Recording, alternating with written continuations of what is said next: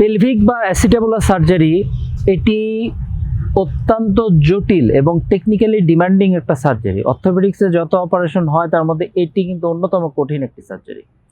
এই সার্জারিটা বাংলাদেশে relatively new, কারণ পেলভিক বা অ্যাসিটাবুলার সার্জন বাংলাদেশে কম্পারেটিভলি কম আছে এবং সারা বাংলাদেশের সমস্ত বিভাগীয় শহরে পর্যন্ত এই অপারেশনটা হয় না। আর ঢাকার কিছু সেন্ট্রাল যেগুলো কেন্দ্রীয় জায়গা আছে সেখানে হয়, বড় বড় বিভাগীয় হাসপাতালে হয়, বা যারা এই বিষয়ে ট্রেনিং নিয়েছে এরকম কিছু মানুষ করে।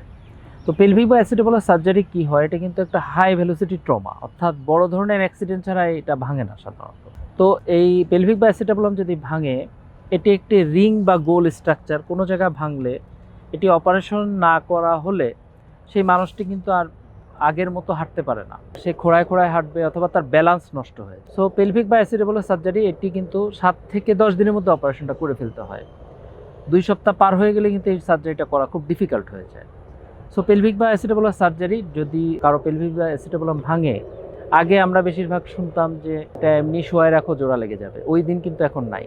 দ্রুত অপারেশন করলেই রোগী কিন্তু দ্রুত তার কর্মক্ষেত্রে প্রবেশ করতে পারবে। যত দেরি হবে তত কমপ্লিকেশন অ্যারাইজ করবে।